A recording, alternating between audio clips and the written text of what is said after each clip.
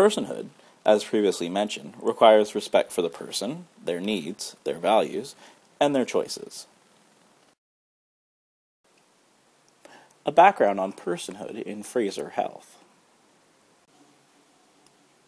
As mentioned previously, personhood is aligned with Fraser Health policies.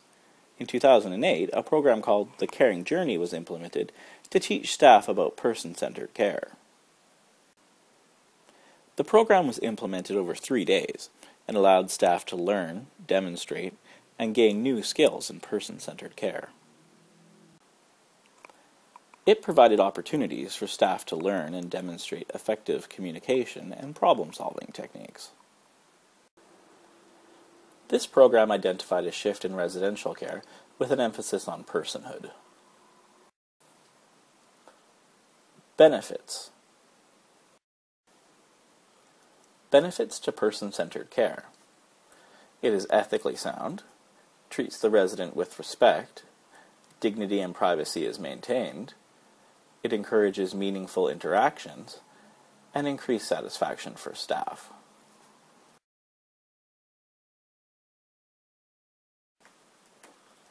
How to implement it. Attempt to understand what the resident is trying to communicate. This is a key aspect of personhood. This enables a caregiver to meet the needs of the resident, thereby reducing aggression.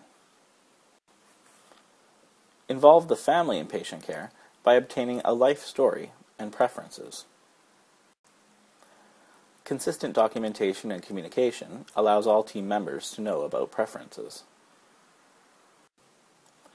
Personalization of resident living space. Being with the resident, which entails active listening and genuine interest. Here are some key techniques to employ. Mock suggests, eye contact is important. Keep phrases simple and straight to the point. Speak at a slower pace and allow time for responding. Keep an eye out for nonverbal cues. Be calm, speak clearly, and don't rush. A lower pitch is recommended to assist with hearing. These techniques help in preventing aggressive situations before they occur. What happens in situations where the resident does become aggressive?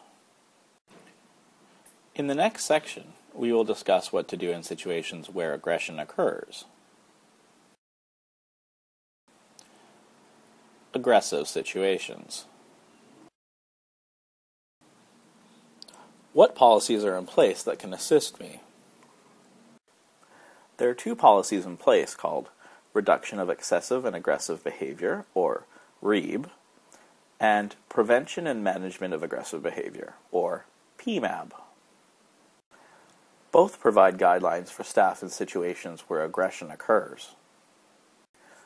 For the purpose of this presentation, we would like to highlight a few key techniques to use during incidents of aggression. Ensure the safety of yourself and others. Remain calm, or take time out if needed. Establish boundaries and safe distance. Provide emotional support and reassurance. Work with the resident individually prior to getting others involved.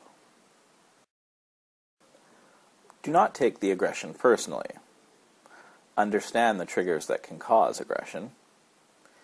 Try distraction techniques. Validate the resident's feelings. Use these techniques as a first-line intervention when managing aggressive behavior.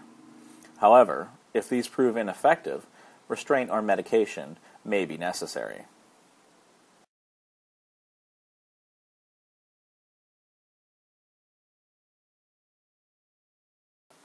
In retrospect, you realize that it was a very busy day on the unit with lots of noise and distractions.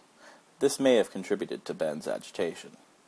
After consulting his chart, you were reminded of the circumstances of his son's death and understand his reluctance to attend the pool event. You realize that the aggressive behavior that he exhibited may have been a result of you reminding him of his son's untimely end. You make a note in the chart of this pertinent history and recommend that he pursue other activities that do not involve the pool.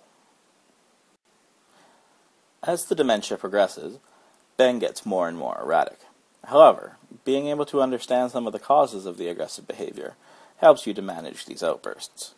Working with Ben is an ongoing challenge, but with staff understanding, this helps to improve Ben's overall quality of life.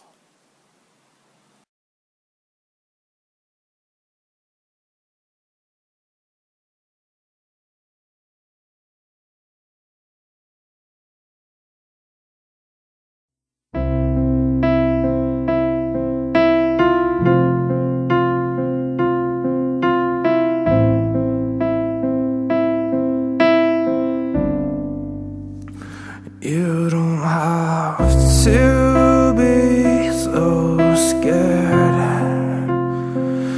You don't have to go tonight. I just need to hold on tight.